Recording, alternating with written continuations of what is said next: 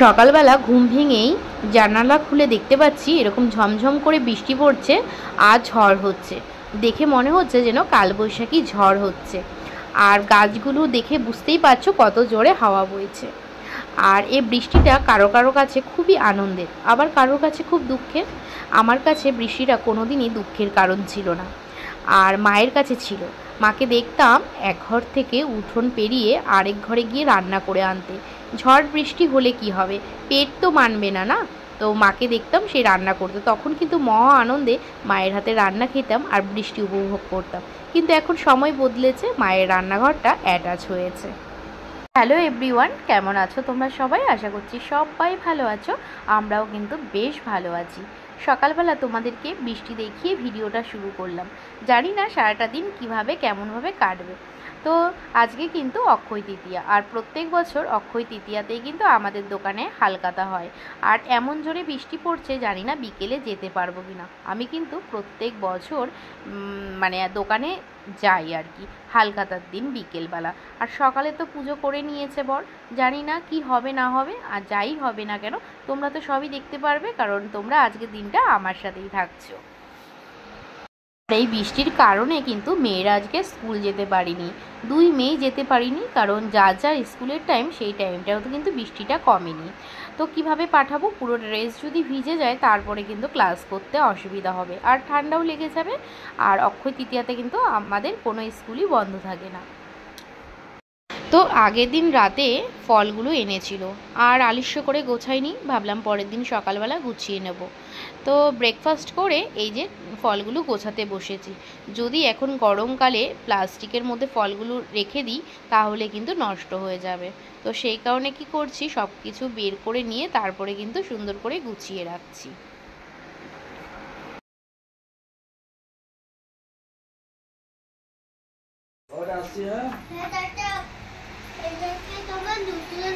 Tata tata. Okay tata. Okay বেটা, আসছি। Tata. ঠিক আছে। কি করছিস? পড়াশোনা করছিস? চারিদিকে তো সব পড়াশোনা ছিটিয়ে আছে। হ্যাঁ, আমার তো বই গুছানো এখানে।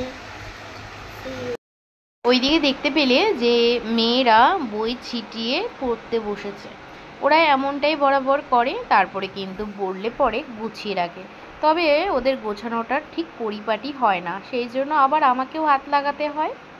আর এইদিকে দেখো রান্নাঘরে চলে এসেছি, একদিকে চিংড়ি মাছ ভাজি আর একদিকে বসিয়ে দিয়েছি ডিম। আজকে কিন্তু ডাল আর সাথে পটল ভাজাও করেছি, সেটা তোমাদেরকে দেখাইনি। রোজ রোজ বোরিং হবে একই ডাল দেখতে, গরমকাল, সেই জন্য কিন্তু রোজ আমাদের টক ডাল হয়। আর আজকে ভাবছি যে পটল চিংড়ি করব, তাই জন্য কিন্তু সর্ষে একটু আর একটু পোস্ত আর কি জলে ভিজিয়ে রেখেছি, তো ওটাই পেস্ট করে তারপরে কিন্তু মশলা হিসেবে দেব। আর পটল তো এমনি রান্না করা হয়, তবে চিংড়ি মাছ যদি পড়ে, পটল চিংড়ি, তাহলে কিন্তু খেতে সবাই ভীষণ পছন্দ করে। আর চিংড়ি মাছটা কিন্তু আমার মেয়েরা ভীষণ পছন্দ করে। তো তরকারির থেকে ওই চিংড়ি মাছ বেছে নিয়েই খাবে, এটাই করে ওরা। তো যাই হোক, এই যে সব কিছু গুছিয়ে নিয়েছি। আর চিংড়ি মাছটা খুব বেশি ভাজবো না, তাহলে কি হয় বলো তো, রাবারের মতন হয়ে যায়। সেই জন্য এই যে হালকা ভেজেই তুলে নিচ্ছি। আর তেলটা দেখতে পাচ্ছি একটু কালো কালো হয়ে গেছে, কারণ হচ্ছে এর আগে আমি পটল ভেজেছিলাম, তো কিছু তেল ছিল, তো ওটার মধ্যেই আবার একটু তেল দিয়ে তারপরে কিন্তু আমি মাছটাকে ভেজে নিলাম। আর এইদিকে দেখো দুটো কাঁচা লঙ্কা দিয়েছি, আর সর্ষে আর একটু পোস্ত মিক্সিতে পেস্ট করে নেব। আর জানি সর্ষে খেতে, মানে সর্ষে খাওয়াটা পেটের পক্ষে মোটেও ভালো না। সর্ষেতে গ্যাস অম্বল খুব হয়, কিন্তু সামান্য একটু আর কি দিয়েছি। সামান্য হোক আর বেশি হোক, যেটা খারাপ তো খারাপই, কিন্তু কিছু কিছু তরকারিতে না দিলে না ভালো লাগে না। তো কি আর করবো, ওই জন্য দিয়েছি। আর বেশি ঝাল যেহেতু আমরা খাই না, মেয়েরাও আমাদের থেকে একই তরকারি খাবে, সেই জন্য কিন্তু দুটো কাঁচা লঙ্কা দিয়েছি। ছোটো মেয়ের জন্য আমি আগে আলাদা করে রান্না করতাম, যখন বড় মেয়ে ছোটো ছিল তখনও কিন্তু আলাদা করে রান্না করতাম।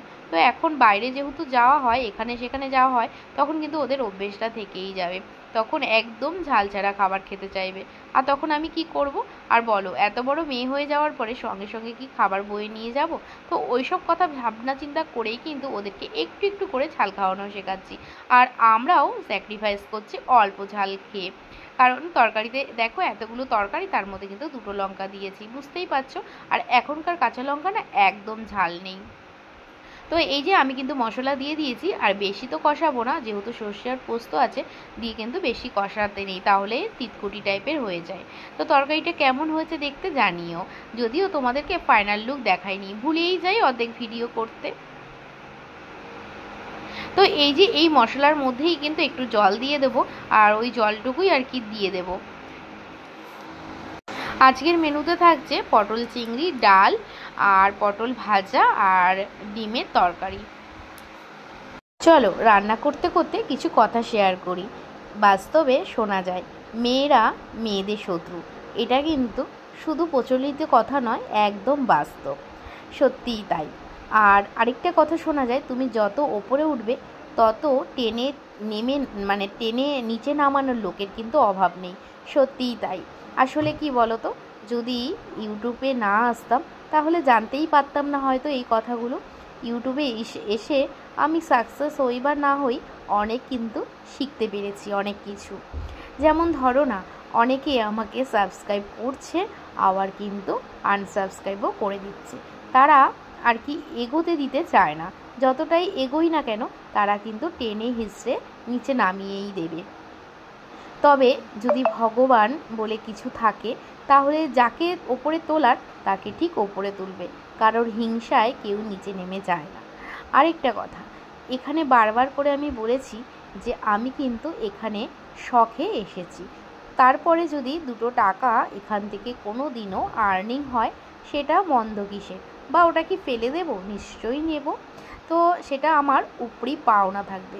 আরেকটা কথা, যখন আমি প্রথম ভিডিও বানাতাম, তখন কিন্তু তোমরা সকলে আমাকে লাইক করতে, যতজনই ভিডিও দেখতে ততজনই লাইক করতে। তখন কিন্তু ভিডিও আমি তেমনভাবে ভালো বানাতে পারতাম না, যেহেতু প্রথম। আর এখন যত সুন্দর করে গুছিয়ে ভিডিও দেওয়ার চেষ্টা করি, ততই কিন্তু লাইক কমে গেছে। আসলে তোমরা তো একটু জানাতে পারো গো, ভিডিও কি ভালো লাগে নাকি লাগে না, নাকি তোমরা চাও না যে আমার ভিডিওতে কোনো লাইক করতে। আচ্ছা, তোমরা তো 10 জন হলেও ভিডিও দেখো, একটা লাইক করলে কি আমি কি কোটিপতি হয়ে যাব গো? তোমরা কি ঠিক এমনটা ভাবো? আর যাদের চ্যানেল আছে তারা যদি সাবস্ক্রাইব করে আনসাবস্ক্রাইব করে দাও, তাহলে কিন্তু দুজনারই ক্ষতি হচ্ছে, তোমারও আমারও।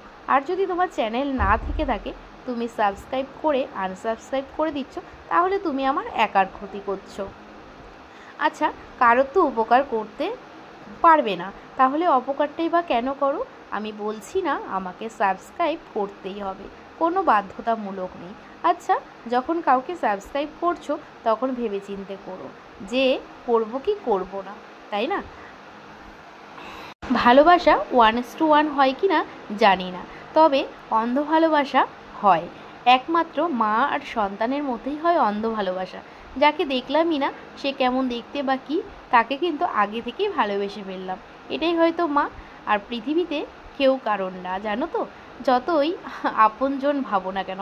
এখন কি বলো তো, এখন না সবার সাথে হাসি মুখে কথা বলতে ইচ্ছে করে, সেটা আমার প্রয়োজনের লোক হোক বা অপ্রয়োজনের লোক, বা কেউ আমার খারাপ চাইছে বা কেউ আমার ভালো চাইছে, সবার সাথেই হাসি মুখে কথা বলি। এখন আর কারো কাছে কৈফিয়ত চাইতে ইচ্ছে করে না। তবে এইটুখানি বুঝেছি, কারোর সাথে রক্তের সম্পর্ক থাকলেই সে যে আমার ভালো চায় সেটাও কিন্তু নয়। আমার অনেক আত্মীয় আছে আমার ভিডিও দেখে, অথচ আমাকে সাবস্ক্রাইব করেনি, আমাকে একটা লাইক করে না, আমাকে একটা কমেন্ট করে না। কেন জানো তো? আমি যদি জেনে যাই যে সে আমার ভিডিও দেখছে, আমি সব জানি। আমার যত রিলেটিভ আছে, আমার যত আত্মীয় স্বজন আছে, তারা চুপি চুপি এসে আমার ভিডিও দেখে যায়। যাক, তাদেরকেও অনেক ধন্যবাদ। কিন্তু তারা ভাবে আমি জানি না, আমি নিশ্চয়ই জানি। তবে আমার ভিডিও তো দেখে, এটাই আমার কাছে যথেষ্ট।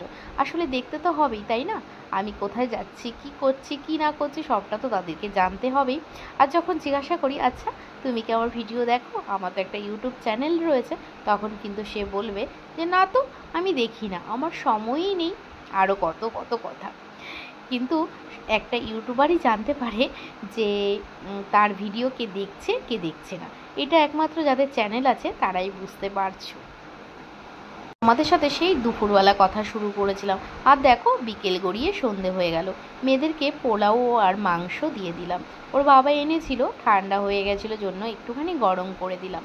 আর দেখো বিকেলবেলা কিন্তু একদম বৃষ্টি নেই, তবে রাস্তায় কাদা রয়েছে। ওই যে নতুনভাবে রাস্তা কেটেছে আর মাটিগুলো উঠেছে, সেই কারণে একটু কাদা হয়েছে। আর এই শাড়িটা পরেছি পয়লা বৈশাখে, বর আমার গিফট করেছিল, কিন্তু ব্লাউজ আর ফলস পাড় লাগানো হয়েছিল না জন্য কিন্তু আমি পরতে পারিনি। তো এই যে চলে এসেছি একটা মানে জামাইবাবুর দোকানে। এটা আমার একটা দূর সম্পর্কের জামাইবাবু হয়।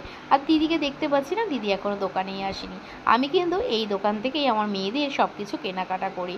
মেয়ের অনেক বায়না বক্স লাগবে, আসলে 1 মাসের বেশি বক্স পেন্সিল বক্স বা ইউজ করতে চায় না। 1 মাস হয়ে গেছে, মা এবার আমাকে বক্স এনে দাও।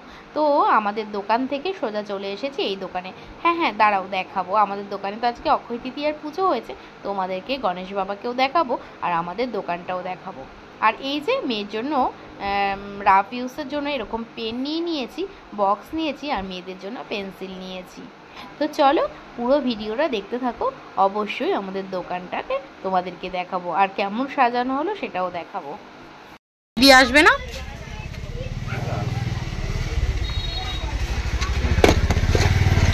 আর রাবার কত দেবো? দিয়ে দিন, 2-3টা দিয়ে দিন। ছোট দেবো না বড়? দুটো দিন। ছোট দেবো না ছোট ছোট দুটো। কল আছে বাড়িতে।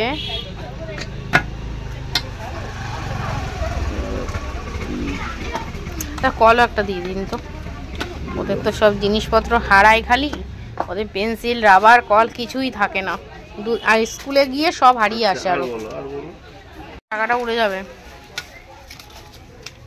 পাকাই তো চালান নেই, উঠবে আর কি করে। বক্সটা খুব ইউনিক। কি কোম্পানির জানো? কি কোম্পানি? এই যে বক্সটা খুব ইউনিক, ইউনিক বক্স।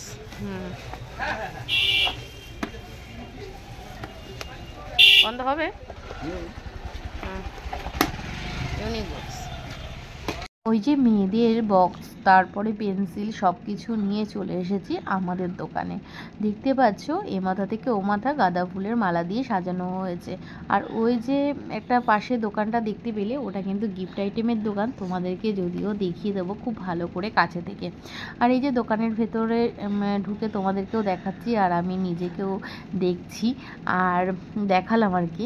আর এই যে দেখো গিফট আইটেমের দোকানে চলে এসেছি, এখানে কাপ প্লেট সব কিছু রয়েছে, থালা বাসন সব কিছু ফাইবার আর হচ্ছে কাচের।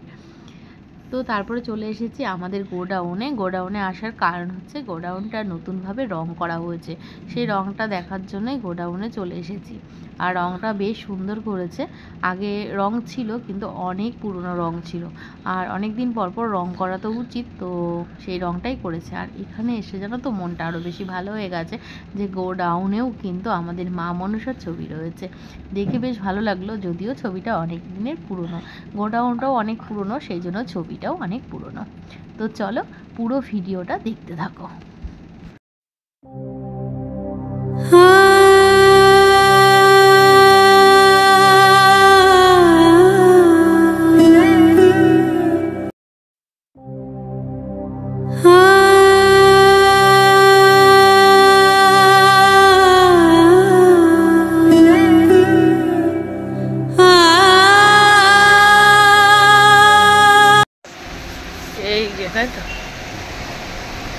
আমাকে খুব পছন্দ হয়েছে। ওই আমাদের ঠাকুরটাও রয়েছে না ওখানটা? হ্যাঁ আমার মা তো ঠাকুর সব জায়গায়, কি বলো, মা মনসা আমার সব জায়গায় আছে। সত্যি তো তাই, এটা অনেকটা আগে ঠাকুর, এগুলো আগে, ওর তখন আমাদের বিয়ে শাদী হয়নি। হ্যাঁ 2006 সালের ছবি এটা। লক্ষ্মী গণেশ দেখাবো না আজকের দিনে, সেটা সুন্দর হয়েছে।